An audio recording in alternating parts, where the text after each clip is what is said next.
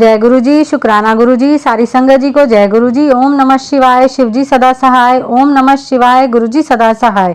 शिव पुराण श्री रुद्र संहिता खंड 2 35वां अध्याय वीरभद्र का आगमन। दक्ष बोले, हे विष्णु कृपा निधान, मैं बहुत भयभीत हूँ। आपको ही मेरी और मेरे यज्ञ की रक्षा करनी है। प्रभु, आप ही इस यज्ञ के रक्षक हैं। आप साक्षात यज्ञ स्वरूप हैं। आप हम सब पर अपनी कृपा दृष्टि बनाइए। हम सब आपकी शरण में आए हैं।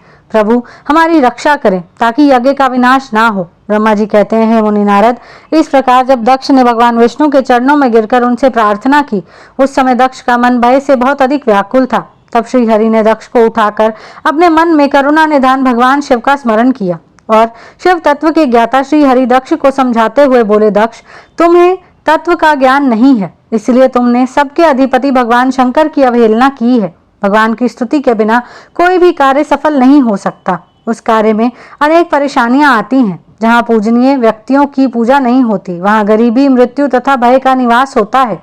इसलिए तुम्हें भगवान शिव का सम्मान करना चाहिए, परंतु तुमने महादेव का सम्मान और आदर सत्कार नहीं किया, अपितु तुमने उनका घोर अपमान किया है। इसी के कारण तुम्हारे ऊपर घोर संकट के बादल मंडरा रहे हैं।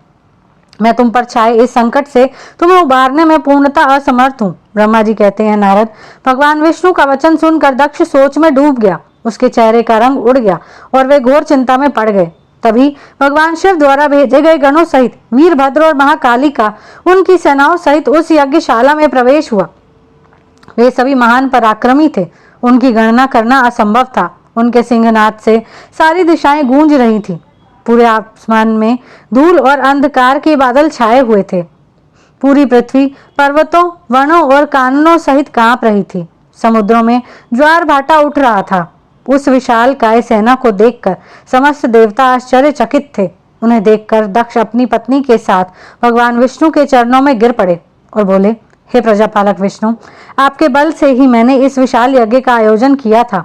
प्रभु, आप कर्मों के साक्षी तथा यज्ञों के प्रतिपालक हैं। आप ही धर्म के रक्षक हैं। आप प्रभु श्री हरि, आप ही यज्ञ को विनाश से बचा सकते हैं। इस प्रकार दक्ष विनतीपूर्ण बातों को सुनकर श्री हरि उन्हें समझाते हुए बोले, दक्ष, निश्चय ही मुझे इस यज्ञ की रक्षा करनी चाहिए, परंतु देवताओं के क्षेत्र नैमिषारण्य की उस घटना का स्मरण करो। इस यज्ञ के आयोजन में क्या तुम उस घटना को भूल गए हो? यहाँ इस यज्ञशाला की और तुम्हारी रक्षा करने में कोई भी देवता समर्थ नहीं है। इस समय जब महादेव जी के गण और उनके सेनापति वीरभद्र तुम्हें भगवान शिव का अपमान करने का दंड देने आए हैं, उस समय कोई मूर्ख ही तुम्हारी सहायता को आगे आ सकता है।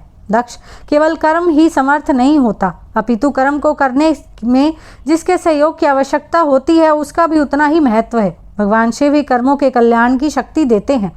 जो शांत मन से भक्ति पूर्वक उनकी पूजा अर्चना करता है, महादेव जी उसे तत्काल ही उस कर्म का फल देते हैं। जो मनुष्य ईश्वर के अस्तित्व को नहीं मानते, वे नरक के भागी होते हैं। दक्ष, यह वीरभद्र शंकर के गणों का ऐसा सेनापति है जो शिव जी के शत्रु का तुरंत नाश कर देता है। निसंदेह यह तुम्हारा तथा यहाँ पर उपस्थित सभी लोगों का नाश कर देगा।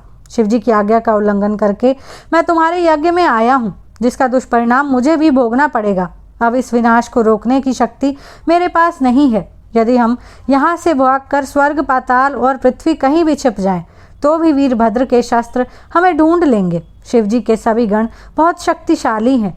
विष्णु जी यह कह ही रहे थे कि वीरभद्र अपनी अजय सेना के साथ यज्ञ मंडप में आ पहुंचा। यहीं पर शिव पुराण श्री रुद्र संहिता खंड 2 35वां अध्याय समाप्त होता है। जय गुरु जी।